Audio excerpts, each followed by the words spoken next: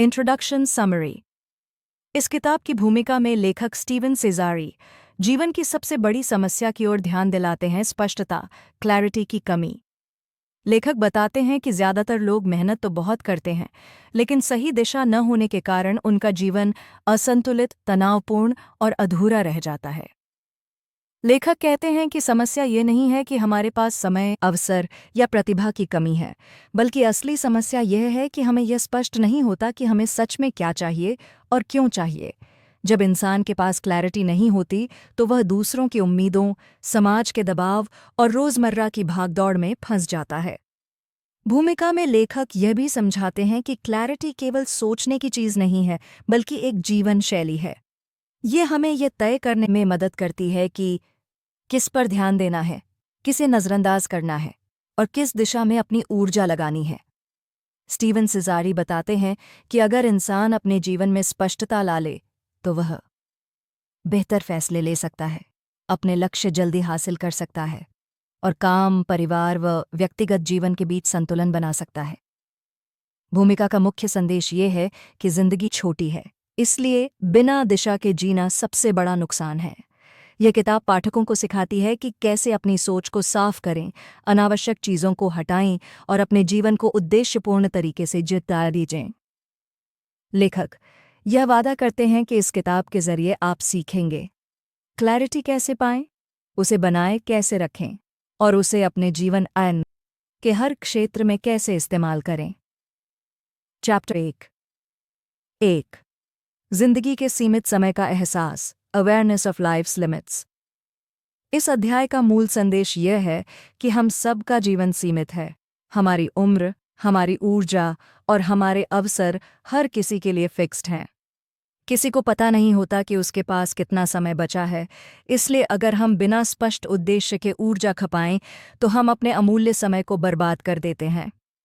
यह चेतावनी हमें यह याद दिलाती है कि समय को बेवजह तेज न करें, मतलब अपनी ऊर्जा ऐसे कामों में न लगाएं जो आपके असली लक्ष्य और उद्देश्य को धुंधला करते हैं। 2 स्पष्टता, क्लैरिटी की ज़रूरत। लेखक कहते हैं कि हम अक्सर भटक जाते हैं। कई बार हम अपने लक्ष्यों को लेकर स्पष्ट नहीं होते, ना ये पता होता है कि हम क्या चाहते हैं, न ये कि क्यों चाहते हैं। यही अस्पष्टता हमें भटकाती है। जब तक हमारे पास साफ लक्ष्य और दिशा नहीं होती, हम सिर्फ व्यस्त रहते हैं और अपने समय, ऊर्जा और संसाधनों को अनजाने में खो देते रहते हैं। यहाँ से क्लैरिटी, स्पष्टता की बड़ी ज़रूरत समझ आती है। इससे हमें पता चलता है कि क्या महत्वपूर्ण है, क्या चीज़ें हमारे लक्ष्य को सपोर्ट करती हैं और क्या चीज़ें सिर्फ भ्रम और अनावश्यक बोझ हैं। 3 लक्ष्य पर्पस निर्धारित करना। सेज़ारी कहते हैं कि जीवन में लक्ष्य निर्धारित करने का मतलब सिर्फ बड़ा सपना देखना नहीं है, बल्कि यह वास्तव में समझना है कि आप किस लिए जी रहे हैं और आप क्या हासिल करना चाहते हैं। इसलिए यह अध्याय न सिर्फ चेतावनी देता है, बल्कि एक पहला अभ्यास भी देता है। अपनी जिंदगी के सबसे महत्वपूर्ण उद्देश्य लिखें। यह तय करें कि हर रोज़ आपका कौन सा काम उन उद्देश्यों के प्रति आपको आगे ले जाता है। यह प्रक्रिया हमें हमारी गतिविधियों और प्राथमिकताओं के बीच एक स्पष्ट सुसंगतता बनाना सिखाती है। 4 निर्णय लेने में स्पष्टता, clarity in decision making. Chapter 1 यह भी बताता है कि जब लोग स्पष्टता से निर्णय नहीं लेते तो वे सहज रूप से बाहरी दबाव, आदतों और दूसरों की उम्मीदों के आधार पर फैसले लेने लगते हैं। इससे कई बार व्यक्ति अपने असली लक्ष्य से भटक जाता है। लेखक सुझाव देते हैं कि जब भी कोई बड़ा निर्णय लेना हो, चाहे वह करियर, रिश्तों, समय प्रबंधन या आर्थिक मामलों से जुड़ा हो, पहले रुककर सोचें, क्या यह मेरे स्पष्ट लक्ष्य की दिशा में है? क्या यह मेरे समय, ऊर्जा और संसाधनों को पहचानने लायक है? अगर नहीं तो उसे अस्वीकार करना सीखें। यह स्पष्टता व्यक्ति को सशक्त बनाती है। 5 निष्कर्ष जिंदगी को धीमा और अधिक उद्देश्यपूर्ण बनाओ। अंत में यह अध्याय हमें याद दिलाता है कि जीवन सिर्फ आगे बढ़ने को नहीं है, बल्कि सोच समझकर दिशा चुनने को है। ट्रैफिक में भागना जीवन नहीं है, बल्कि वह जीवन है जिसमें आप जानते हैं कि आप कहाँ जा रहे हैं और क्यों जा रहे हैं। यह अध्याय शुरुआत है, यह आपको क्लैरिटी, स्पष्टता पाने के पहले कदम पर खड़ा करता है। समय पर नियंत्रण, उद्देश्य पर नियंत्रण और निर्णयों में स्पष्टता। कुल मिलाकर मुख्य बिंदु, हम सभी के पास सीमित समय है। स्पष्टता के बिना हम अक्सर बेतरतीब जीवन बिताते हैं। स्पष्ट लक्ष्य तय करना जरूरी है। फैसले लेने से पहले विचार करना सीखें। अपने समय और ऊर्जा को सिर्फ महत्वपूर्ण चीजों पर लगाएं। चैप्टर 2, मूल विचार, आपका कारण, वाय ही आपकी शक्ति है। चैप्टर 2 की शुरुआत एक प्रेरक उद्धरण से होती है। He who has a why to live can bear almost any how. नीचे, इसका मतलब है जब आप जानते हैं कि आप क्यों कुछ करना चाहते हैं, तब आप भले ही कैसे करना है यह न जानते हो, फिर भी आप कामयाब हो सकते हैं। लेखक बताते हैं कि जिंदगी के संघर्ष केवल तभी जीते जाते हैं जब आपके पास एक स्पष्ट, मजबूत कारण, कंपेलिंग रीजन हो। जब आप अपने लक्ष्य के पीछे का कारण समझ लेते हैं, तो आप मुश्किलों और विफलताओं को पार कर सकते हैं। 1. प्रेरक उदाहरण, सिंड्रेला मैन। लेखक सिंड्रेला मैन फिल्म का उदाहरण देते हैं, जिसमें बॉक्सर जेम्स जे ब्रैडॉक अपने परिवार का पेट भरने के लिए लड़ता है। ब्रैडॉक का कारण सिर्फ जितना नहीं था, वह जानता था कि वह किस लिए लड़ रहा है। मिल्क के लिए, यानी अपने परिवार की भरण पोषण के लिए। यही कारण था कि उसने अपने प्रतिद्वंद्वी को हराया। यह कहानी स्पष्ट करती है कि अगर आपका कारण बड़ा और व्यक्तिगत है तो आप हर चुनौती का सामना कर सकते हैं। वही लोग सफल होते हैं जिनके पास एक कंपेलिंग रीजन क्यों है। 2. क्यों ही प्रेरणा की जड़ है। लेखक कहते हैं कि अधिकतर लोग अपने सपने को लेकर अस्पष्ट रहते हैं। उनके पास लक्ष्य, वॉट तो हो सकता है, लेकिन वह कारण क्यों उन्हें उस लक्ष्य तक पहुंचना चाहिए स्पष्ट नहीं होता। जब क्यों मजबूत होता है तो यह आपको कठिनाइयों को सहने की शक्ति देता है, रोजमर्रा के काम में उत्साह बनाए रखता है, आत्मविश्वास और धैर्य देता है, और काम को पूरा करने का दृढ़ संकल्प देता है। 3 कंपेलिंग रीजन का बड़ा उदाहरण, स्कॉट रिग्सबी। लेखक स्कॉट रिग्सबी की सच्ची कहानी साझा करते हैं। एक व्यक्ति जिसने गंभीर दुर्घटना में दोनों पैर खो दिए, लेकिन उसने अपनी पिछली जिंदगी को पीछे छोड़कर एक नया लक्ष्य तय किया। हवाई आयरनमैन प्रतियोगिता को पूरा करना। स्कॉट के पास न तो बाइक थी, न तैरने या दौड़ने का अनुभव, लेकिन उसने एक कारण ढूंढ लिया, अन्य घायल सैनिकों को प्रेरित करना। उसके क्यों ने उसे संसाधन जुटाने में मदद की, कौशल सीखने में प्रेरित किया, हर मुश्किल चुनौती को पार करने का जोश दिया, और वह दुनिया का पहला डबल एम्प्यूट व्यक्ति बन गया जिसने आयरनमैन पूरी की। 4. वाई और हाउ का संबंध। यह अध्याय एक मूल सिद्धांत बताता है। जब आप जान जाते हैं कि आप क्या चाहते हैं और क्यों चाहते हैं, तो कैसे अपने आप स्पष्ट होने लगता है। लेखक राष्ट्रपति जॉन एफ कैनेडी का उदाहरण देते हैं। जब उन्होंने अमेरिका को चांद पर भेजने का लक्ष्य रखा, तब तकनीक मौजूद नहीं थी, लेकिन स्पष्ट क्यों ने लाखों लोगों को उस लक्ष्य तक पहुंचने का रास्ता ढूंढने के लिए प्रेरित किया। 5वें क्यों आपको हर बाधा पार करने में मदद करता है। लेखक अपने वास्तविक जीवन के अनुभव भी साझा करते हैं, जैसे उनके बेटे की फुटबॉल टीम में कठिनाई और उनकी बेटी की मेडिकल स्कूल की पढ़ाई की चुनौतियां। इन सब में स्पष्ट क्यों ने उन्हें मुश्किलों को पार करने की क्षमता दी। जब कारण छोटा या कमज़ोर हो, आप जल्दी हार मान लेते हैं, लेकिन जब कारण बड़ा और अर्थपूर्ण हो, आप जोखिम उठाते हैं, लगातार प्रयास करते हैं और सफलता पाने तक नहीं रुकते। मुख्य सीख, की टेकअवेज। अपने क्यों को स्पष्ट करना सबसे महत्वपूर्ण है। जब आपका कारण बड़ा होगा तो आप कठिनाइयों और असफलताओं को पार कर पाएंगे। क्यों आपको लक्ष्यों की दिशा में लगातार प्रेरित रखता है। हाउ यानी प्रक्रिया बाद में अपने आप साफ हो जाती है जब वाई मजबूत होता है। चैप्टर 3, मुख्य विचार, जानबूझकर इंटेंशनल जीवन जीना। इस अध्याय में लेखक बताते हैं कि सिर्फ लक्ष्य गोल्स होना ही काफी नहीं है। वास्तविक बदलाव और संतोष तभी आता है जब आप जानबूझकर विद इंटेंशनैलिटी अपने जीवन को जीते हैं। यानी आप अपने कार्यों को यादृच्छिक या प्रतिक्रिया आधारित तरीके से नहीं करते, बल्कि हर दिन अपने उद्देश्य, पर्पस और मूल्यों के अनुसार चुनते और कार्य करते हैं। 1. Begin with the and in mind. उद्देश्य से शुरुआत। लेखक स्टीफन कोवी के सिद्धांत का हवाला देते हैं। एंड इन माइंड यानी अपने जीवन की अंतिम छवि को पहले देखें। आप यह सोचें कि 20 साल बाद लोग आपको कैसे याद करेंगे, आप किस तरह का प्रभाव छोड़ना चाहते हैं, आपका जीवन किस दिशा में गया और आप किन उपलब्धियों से खुद को परिभाषित करेंगे। ये प्रश्न आपको बेवजह जीवन बिताने से रोकते हैं और प्रेरित करते हैं कि आप हर निर्णय को अपने लंबे समय के लक्ष्य के अनुरूप बनाएं। 2. असंगठित जीवन बिना उद्देश्य के जिगसॉ पहेली खेलना। लेखक एक अभ्यास का उदाहरण देते हैं जिसमें वर्कशॉप प्रतिभागियों को बिना किसी तस्वीर के जिगसॉ पहेली देने को कहा जाता है। लोग संघर्ष करते हैं क्योंकि वे अंतिम तस्वीर नहीं जानते, ठीक वैसे ही जैसे बिना स्पष्ट उद्देश्य का जीवन जीना मुश्किल होता है। बिना स्पष्ट तस्वीर के हमारे कार्य बिखरे हुए टुकड़ों जैसे होते हैं, जिससे निराशा और भ्रम होता है। 3. उद्देश्यहीनता, ड्रिफ्टिंग की वजहें। चैप्टर 3 में बिना उद्देश्य के जीवन जीने के कुछ सामान्य कारण भी बताए जाते हैं। लोग अपने वर्तमान आराम क्षेत्र में ही खुश रहते हैं और बदलाव से डरते हैं। वे दूसरों के विचारों और अपेक्षाओं के अनुसार जीते हैं। वे लक्ष्य तो बनाते हैं लेकिन उन पर लिखकर या ध्यान से कार्य नहीं करते।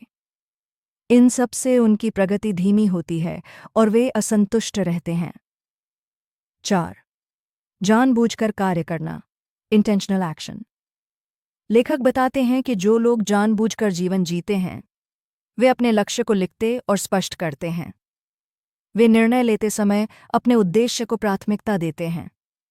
वे जानते हैं कि कब हाँ कहना है और कब ना कहना है अपने प्राथमिक लक्ष्यों के आधार पर। वे दूसरों की अपेक्षाओं के बजाय अपने मूल्यों पर आधारित निर्णय लेते हैं। इससे उन्हें निर्णयों में स्पष्टता, नियंत्रण और आत्म प्रेरणा मिलती है। 5. लक्ष्य कार्य परिवर्तन। लेखक जोर देते हैं कि केवल लक्ष्य बनाने से बदलाव नहीं आता। लक्ष्य को कार्रवाई, एक्शन में बदलना जरूरी है। हर दिन जो कदम आप उठाते हैं वे आपके बड़े लक्ष्य की दिशा में छोटे छोटे परिवर्तन लाते हैं। यह रोज का निर्णय है कि आप जानबूझकर उन कार्यों को करते हैं जो आपके लक्ष्य को सशक्त बनाते हैं। मुख्य सीख, की टेकअवेज। बिना स्पष्ट उद्देश्य के जीवन जावा जैसा होता है। आप परिणामों की दिशा में नहीं बल्कि सिर्फ घटनाओं के प्रति प्रतिक्रिया करते हैं। जानबूझकर जीवन जीना आपके निर्णयों को उद्देश्य के अनुरूप बनाता है। स्पष्ट लक्ष्य लिखना, कार्यों को प्राथमिकता देना और हाँ ना को मूल्य आधारित निर्णय से जोड़ना जरूरी है।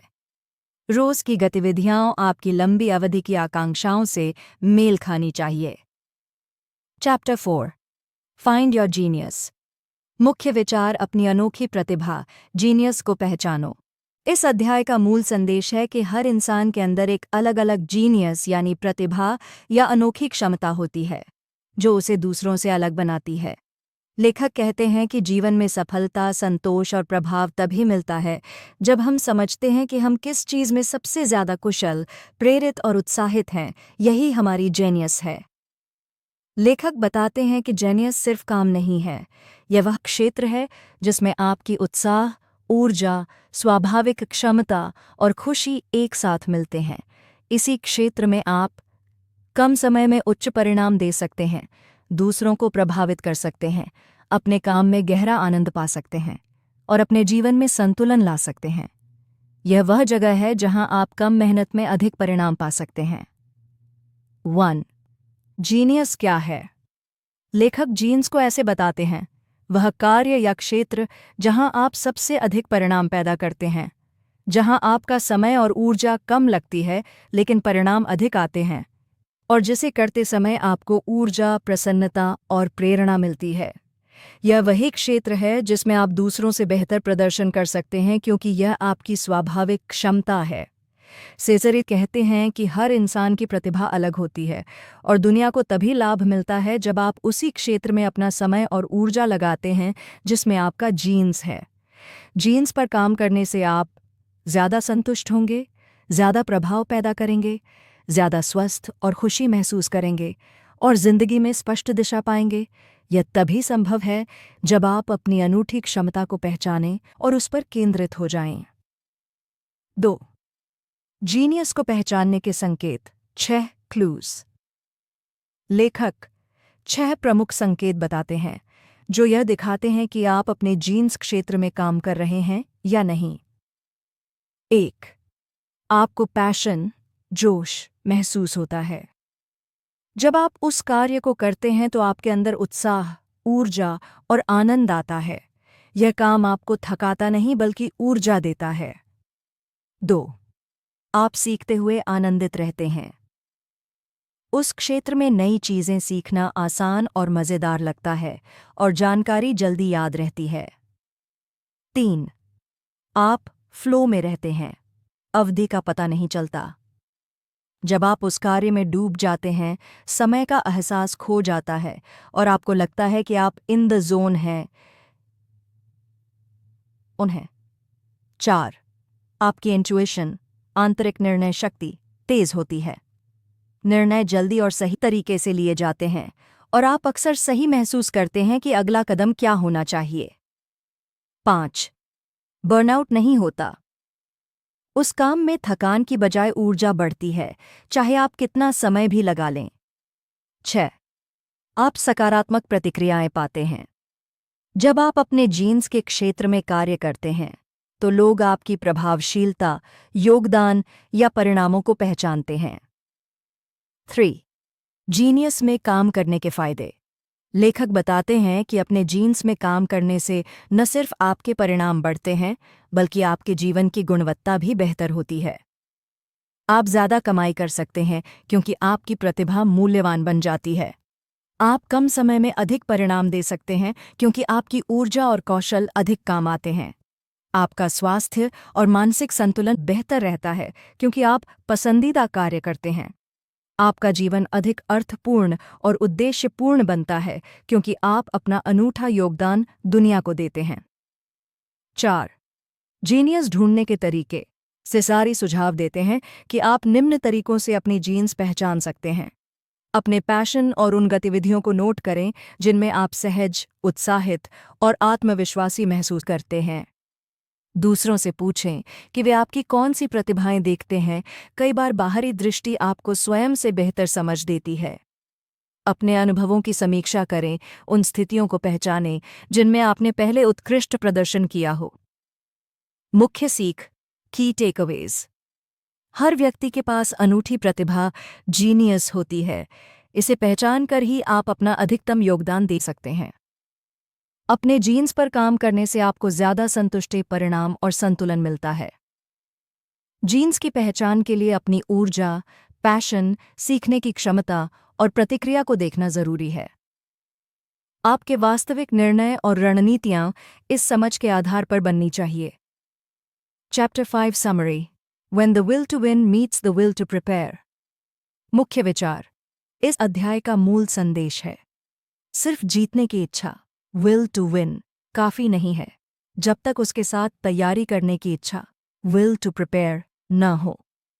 लेखक बताते हैं कि ज्यादातर लोग सफल होना तो चाहते हैं लेकिन उस स्तर की तैयारी नहीं करना चाहते जो सफलता मांगती है। यहीं पर ज्यादातर लोग पीछे रह जाते हैं। एक जीतने की चाह वर्सेस तैयारी की आदत। स्टीवन सिसार कहते हैं कि दुनिया में लगभग हर व्यक्ति जीतना चाहता है, अच्छा करियर, पैसा, पहचान, सम्मान, लेकिन बहुत कम लोग हैं जो रोज अनुशासन के साथ अभ्यास करते हैं, असुविधा, डिस्कम्फर्ट सहते हैं, तैयारी के कठिन चरण से गुजरते हैं। सफलता उन्हीं को मिलती है जो जीत की चाह के साथ तैयारी को भी अपनाते हैं। 2 तैयारी क्यों जरूरी है? लेखक समझाते हैं कि तैयारी आत्मविश्वास पैदा करती है। जब आप तैयार होते हैं, डर कम होता है, निर्णय तेज होते हैं, दबाव में भी आप शांत रहते हैं। बिना तैयारी के आत्मसंदेह बढ़ता है, मौके हाथ से निकल जाते हैं और इंसान बहाने ढूंढता है। तैयारी आपको अंदर से मजबूत बनाती है। 3 उदाहरण, खेल और जीवन। लेखक खेलों का उदाहरण देते हैं। मैच जीतने की इच्छा हर खिलाड़ी में होती है, लेकिन जो खिलाड़ी अभ्यास में पसीना बहाता है वही मैच में चमकता है। यही नियम जीवन में भी लागू होता है। परीक्षा, बिजनेस, नौकरी, रिश्ते, जो पहले तैयारी करता है वही सही समय पर आगे निकलता है। 4 तैयारी छोटी छोटी आदतें। चैप्टर 5 यह भी सिखाता है कि तैयारी कोई एक दिन का काम नहीं है, ये बनती है रोज की छोटी आदतों से, समय पर काम करने से, सीखते रहने से, खुद को बेहतर बनाने से। लेखक कहते हैं, greatness is not built in a day, it is built daily. 5 बहानों से बाहर निकलो। बहुत से लोग कहते हैं, मेरे पास समय नहीं है, अभी सही समय नहीं है, मैं तैयार नहीं हूं। सेजारी साफ कहते हैं, तैयारी न करना भी एक चुनाव है और उसका परिणाम भी तय है। जो लोग बहानों की जगह तैयारी चुनते हैं वही आगे चलकर उदाहरण बनते हैं। 6 क्लैरिटी और प्रेपरेशन का रिश्ता। लेखक बताते हैं कि स्पष्टता, क्लैरिटी, आपको यह तय करने में मदद करती है किस चीज़ की तैयारी करनी है, किस चीज़ की नहीं। जब लक्ष्य साफ होता है तो तैयारी सही दिशा में होती है और ऊर्जा बर्बाद नहीं होती। चैप्टर 5 की मुख्य सीख, सिर्फ जीतने की इच्छा काफ़ी नहीं, तैयारी ही आत्मविश्वास की जड़ है। सफल लोग तैयारी से भागते नहीं, उसे अपनाते हैं। छोटी छोटी आदतें बड़ी सफलता बनाती हैं। Clarity, preparation, winning formula. Chapter 6 get rid of the junk, बेकार चीज़ों को हटाओ। मुख्य विचार, इस अध्याय का मूल संदेश है, जब तक आप अपने जीवन से जंक और मैकेनिक बेकार चीज़ें नहीं हटाते तब तक क्लैरिटी आ ही नहीं सकती। स्टीवन सिजारी कहते हैं कि हमारा जीवन अक्सर अनावश्यक विचारों, गलत आदतों, नकारात्मक लोगों, बेकार सूचनाओं और बिना उद्देश्य की गतिविधियों से भर जाता है। यही जंक हमारी सोच को धुंधला कर देता है। एक जंक क्या है? लेखक के अनुसार जंक सिर्फ सामान नहीं होता, बल्कि यह हो सकता है मानसिक जंक, नकारात्मक सोच, डर, शक, आत्मसंदेह, पुरानी असफलताओं की यादें, समय का जंक, बिना मतलब की मीटिंग्स, सोशल मीडिया की लत, ऐसे काम जो लक्ष्य से जुड़े नहीं। लोगों का जंक, हमेशा शिकायत करने वाले, नकारात्मक और हतोत्साहित करने वाले लोग, ये सब मिलकर आपकी ऊर्जा चूस लेते हैं। 2 जंक क्लैरिटी को कैसे खत्म करता है? जब जीवन में बहुत ज़्यादा जंक होता है, आप सही फैसले नहीं ले पाते, ध्यान भटकता रहता है, मन हमेशा उलझा रहता है और आप थका थका महसूस करते हैं। लेखक कहते हैं, you can't think clearly in a cluttered environment, यानी अव्यवस्थित जीवन में स्पष्ट सोच संभव नहीं है। 3 जंक हटाने का मतलब क्या है? जंक हटाने का मतलब यह नहीं कि सब छोड़ दो, बल्कि इसका मतलब है ज़रूरी और गैर ज़रूरी में फ़र्क करना। जो आपके लक्ष्य को सपोर्ट नहीं करता, उसे हटाना, अपनी ऊर्जा को सही जगह लगाना। यह एक साहसिक निर्णय होता है, क्योंकि कई बार जंक आरामदायक लगता है। 4 ना कहना सीखो। चैप्टर 6 का एक बड़ा सबक है, हर चीज़ के लिए हाँ कहना बंद करो। जो लोग हर किसी को खुश करने की कोशिश करते हैं, वे खुद को खो देते हैं, अपने लक्ष्य से भटक जाते हैं। सिजारी कहते हैं, ना कहना असभ्यता नहीं, ना कहना सेल्फ रिस्पेक्ट है, ना कहना क्लैरिटी की रक्षा है। 5 रोज की सफाई, डेली क्लीनअप। लेखक सुझाव देते हैं कि जैसे हम रोज घर साफ करते हैं, वैसे ही रोज अपनी सोच और दिनचर्या की सफाई करें। खुद से पूछें, आज मैंने क्या ऐसा किया जो बेकार था? किस चीज़ ने मेरी ऊर्जा ली? कल मैं क्या हटा सकता हूँ? यह आदत धीरे धीरे जीवन को हल्का और स्पष्ट बना देती है। 6 जंक हटाने के फायदे। जब आप जंक हटाते हैं, मन शांत होता है, निर्णय आसान होते हैं, फोकस बढ़ता है, आत्मविश्वास आता है, जीवन सरल और संतुलित बनता है। लेखक बताते हैं कि क्लैरिटी आती नहीं है, बनाई जाती है और उसकी शुरुआत जंक हटाने से होती है। चैप्टर 6 की मुख्य सीख, क्लैरिटी के लिए सफाई जरूरी है। जंक मानसिक, भावनात्मक और समय से जुड़ा होता है। ना कहना सीखना जरूरी है। जो लक्ष्य से नहीं जुड़ा, उसे हटाओ। साफ जीवन, साफ सोच। Chapter 7 summary. Respect the power of exposures. मुख्य विचार। इस अध्याय का मुख्य संदेश है, आप जिस चीज के संपर्क एक्सपोजर में रहते हैं वही धीरे धीरे आपकी सोच, आदतों और जिंदगी की दिशा तय करती है। स्टीवन सिजारी बताते हैं कि इंसान को सबसे ज्यादा प्रभावित करने वाली चीजें होती हैं लोग, वातावरण, जानकारी, मीडिया, आदतें। अक्सर हम इन एक्सपोजर्स को हल्के में ले लेते हैं, लेकिन यही हमारी क्लैरिटी को बनाते या बिगाड़ते हैं। एक एक्सपोजर क्या होता है? एक्सपोजर का मतलब है आप रोज क्या देखते हैं, क्या सुनते हैं, किसके साथ समय बिताते हैं, किस तरह की जानकारी लेते हैं। भले ही आपको लगे कि इसका असर नहीं हो रहा, लेकिन लेखक कहते हैं एक्सपोजर्स डोंट इन्फ्लुएंस यू ऑकेनेजियनली, थे इन्फ्लुएंस यू इवेंचुअली। दो गलत एक्सपोजर कैसे नुकसान करता है? जब आप लगातार नकारात्मक लोगों के साथ रहते हैं, निराशाजनक खबरें देखते हैं, सोशल मीडिया पर बिना नियंत्रण समय बिताते हैं, तो सोच नकारात्मक बनती है, आत्मविश्वास कम होता है, लक्ष्य धुंधले पड़ जाते हैं, डर और भ्रम बढ़ता है। यह सब धीरे धीरे होता है, इसलिए लोग इसका एहसास नहीं करते। 3 सही एक्सपोजर जीवन बदल देता है।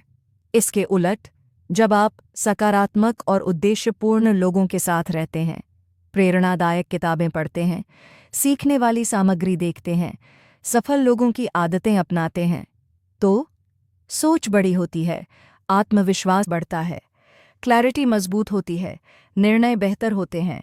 आप वैसा ही बनते जाते हैं जैसा आप अपने आसपास देखते हैं। 4 पर्यावरण आपकी सोच बनाता है। चैप्टर 7 बताता है कि पर्यावरण अक्सर विल पावर से ज्यादा ताकतवर होता है। अगर आपका वातावरण अव्यवस्थित है, नकारात्मक है, आलस्य को बढ़ावा देता है, तो मजबूत इंसान भी कमजोर पड़ सकता है। इसलिए लेखक कहते हैं खुद को सही माहौल में रखो ताकि सही चुनाव आसान हो जाए। 5 सोच समझकर एक्सपोजर चुनो। सिजारी सुझाव देते हैं, कुछ लोगों से दूरी बनाना, कुछ आदतें छोड़ना, कुछ कंटेंट देखना बंद करना और कुछ नई चीजें अपनाना। यह कठोर नहीं बल्कि समझदारी है। जो लोग अपनी क्लैरिटी को बचाना चाहते हैं वे अपने एक्सपोजर को कंट्रोल करते हैं। 6 छोटी एक्सपोजर, बड़ा असर। लेखक बताते हैं कि रोज 10 मिनट अच्छी किताब, रोज एक सही बातचीत, रोज थोड़ा सकारात्मक कंटेंट समय के साथ बड़ा परिवर्तन ला सकता है। छोटे एक्सपोजर मिलकर बड़ा जीवन बनाते हैं। चैप्टर 7 की मुख्य सीख। एक्सपोजर आपकी सोच और पहचान बनाता है, गलत एक्सपोजर क्लैरिटी को कमजोर करता है, सही एक्सपोजर आत्मविश्वास बढ़ाता है। एनवायरनमेंट को जानबूझकर चुनो, जो देखते सुनते हो वही बनते हो। Chapter 8 create a wow experience. मुख्य विचार। इस अध्याय का मूल संदेश है, साधारण काम करना काफी नहीं है। अगर आप अलग पहचान बनाना चाहते हैं तो हर काम में वाओ फैक्टर लाना जरूरी है। स्टीवन सिजारी कहते हैं कि लोग वही चीज याद रखते हैं जो उन्हें प्रभावित करे, जो उनकी उम्मीद से बेहतर हो, जो उन्हें खास महसूस कराए। यही होता है वाओ एक्सपीरियंस। एक वाओ एक्सपीरियंस क्या होता है? वाओ एक्सपीरियंस का मतलब है अपेक्षा से ज्यादा देना, औसत से ऊपर जाना, अपने काम में एक्स्ट्रा केयर और एक्सेलेंस दिखाना। ये सिर्फ बिजनेस के लिए नहीं, बल्कि रिश्तों, नौकरी, पढ़ाई, सेवा और रोजमर्रा के व्यवहार सब पर लागू होता है। 2 लोग परिणाम नहीं, अनुभव याद रखते हैं। लेखक बताते हैं कि लोग आपने क्या कहा भूल सकते हैं, आपने क्या किया भूल सकते हैं, लेकिन आपने उन्हें कैसा महसूस कराया यह कभी नहीं भूलते। इसलिए अगर आप चाहते हैं कि लोग आपको याद रखें, तो आपको उनके अनुभव को खास बनाना होगा। 3 वाओ छोटे कामों से बनता है। चैप्टर 8 यह सिखाता है कि वाओ एक्सपीरियंस बनाने के लिए बहुत बड़ा काम करना ज़रूरी नहीं, बल्कि छोटे छोटे कामों में सिंसेरिटी दिखानी होती है, जैसे समय पर मदद, ईमानदार प्रयास, एक्स्ट्रा एफर्ट, सम्मान और ध्यान। यही छोटी बातें बड़ा प्रभाव छोड़ती हैं। 4. Why genius preparation. वाओ! लेखक पिछले अध्यायों को जोड़ते हुए बताते हैं, जब आपका वाई साफ होता है, आप अपने जीनियस में काम करते हैं और आपने तैयारी की होती है, तो वाओ एक्सपीरियंस अपने आप बनता है। ये बनावटी नहीं होता बल्कि स्वाभाविक होता है। 5. वाओ आपकी पहचान बनाता है। जो लोग हर काम में औसत रहते हैं, वे भीड़ का हिस्सा बन जाते हैं। लेकिन जो लोग हर इंटरैक्शन में क्वालिटी लाते हैं, हर मौके को वैल्यू देने की कोशिश करते हैं, वही लोग भरोसेमंद, यादगार और सफल बनते हैं। 6. क्लैरिटी का रोल। सीज़ारी कहते हैं कि बिना क्लैरिटी के आपको पता ही नहीं होगा कि वाओ किसके लिए बनाना है और किस चीज़ पर फोकस करना है। क्लैरिटी आपको सिखाती है कहाँ एक्स्ट्रा देना है, कहाँ नहीं, और किस चीज़ से सबसे ज़्यादा असर पड़ेगा। चैप्टर 8 की मुख्य सीख। वाओ एक्सपीरियंस आपको अलग बनाता है। लोग अनुभव याद रखते हैं, शब्द नहीं। छोटे एक्स्ट्रा एफर्ट्स बड़ा असर लाते हैं। क्लैरिटी सही जगह वाओ बनाने में मदद करती है। एक्सीलेंस एक आदत है। Chapter 9 get more HPA in your day. मुख्य विचार। इस अध्याय का मूल संदेश है, सफल और संतुलित जीवन का राज है अपने दिन में ज़्यादा HPA लाना। HPA का मतलब है H हाई पियोनफ एक्टिविटीज़, यानी वे काम जो कम समय में ज़्यादा परिणाम देते हैं। स्टीवन सेसारी बताते हैं कि ज़्यादातर लोग पूरा दिन व्यस्त रहते हैं, लेकिन बहुत कम लोग सच में प्रोडक्टिव होते हैं। एक बिजी होना, प्रोडक्टिव होना। लेखक साफ कहते हैं, पूरा दिन काम करना, थक जाना, हर समय व्यस्त रहना। इसका मतलब ये नहीं कि आप सही काम कर रहे हैं। अक्सर लोग लो वैल्यू कामों में उलझे रहते हैं, अर्जेंट चीज़ों के पीछे भागते हैं, लेकिन इम्पॉर्टेंट काम टालते रहते हैं। यही वजह है कि मेहनत के बावजूद परिणाम नहीं मिलते। 2 HPA क्या हैं? हाई पे ऑफ एक्टिविटीज़ वे कार्य होते हैं जो आपके मुख्य लक्ष्य से सीधे जुड़े हों, जो आपकी क्लैरिटी के अनुसार हों, जो आपकी ग्रोथ और इम्पैक्ट बढ़ाएं, जिनका परिणाम लॉन्ग टर्म होता है। उदाहरण: skill development, strategic planning, important relationships पर समय, हेल्थ और लर्निंग। कोर वर्क जो वैल्यू बनाता है। 3 लाख पेंस से बाहर निकलो। इसके उलट LPA लो पियोनफ एक्टिविटीज़ होते हैं। बार बार नोटिफिकेशंस चेक करना, बेवजह की मीटिंग्स, ज़्यादा सोशल मीडिया, बिना उद्देश्य की व्यस्तता। सेसारी कहते हैं, अगर आपका दिन LPA से भरा है, तो आपकी ज़िंदगी भी LPA बन जाएगी। 4 दिन को HPA फोकस्ड कैसे बनाएं? लेखक कुछ प्रैक्टिकल सुझाव देते हैं। दिन की शुरुआत सबसे ज़रूरी काम से करें। अपने दिन के 2 से 3 सबसे हाई वैल्यू काम तय करें। बाकी चीज़ों को बाद में या किसी और को सौंप दें। अर्जेंट और इम्पॉर्टेंट में फ़र्क समझें। यह आदत धीरे धीरे आपकी पूरी लाइफ ट्रैजेक्टरी बदल देती है। 5 क्लैरिटी HPA सक्सेस। स्टीवन सेजरी बताते हैं कि बिना क्लैरिटी के आप गलत काम को प्राथमिकता दे सकते हैं, लेकिन जब क्लैरिटी होती है, आपको पता होता है कि कौन सा काम सच में ज़रूरी है, आप एनर्जी सही जगह लगाते हैं और स्ट्रेस अपने आप कम हो जाता है। 6 कम काम, ज़्यादा असर। चैप्टर 9 यह सिखाता है कि आपको ज़्यादा काम करने की ज़रूरत नहीं है, आपको सही काम करने की ज़रूरत है।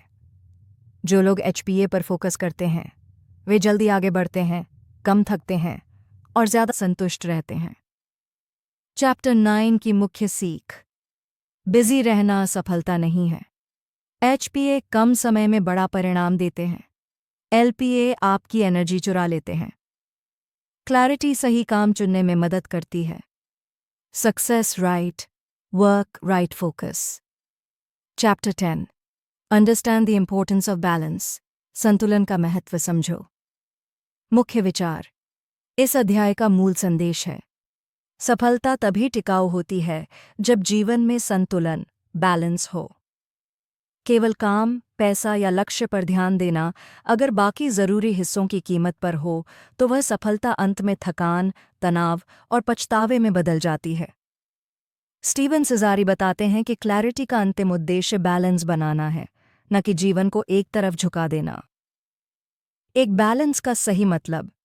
लेखक स्पष्ट करते हैं कि बैलेंस का मतलब यह नहीं कि हर चीज को बराबर समय दिया जाए, बल्कि इसका मतलब है सही समय पर सही चीज को प्राथमिकता देना। कभी काम ज्यादा जरूरी होता है, कभी परिवार, कभी स्वास्थ्य और कभी खुद के लिए समय। बैलेंस स्थिर नहीं, डायनामिक होता है। 2 अनबैलेंस्ड लाइफ के नुकसान। जब जीवन में संतुलन नहीं होता, रिश्ते कमजोर होने लगते हैं, स्वास्थ्य बिगड़ता है, तनाव और गिल्ट बढ़ता है, सफलता का आनंद खत्म हो जाता है। लेखक कहते हैं, success without balance is failure in disguise, यानी बिना संतुलन की सफलता भी असल में असफलता ही है।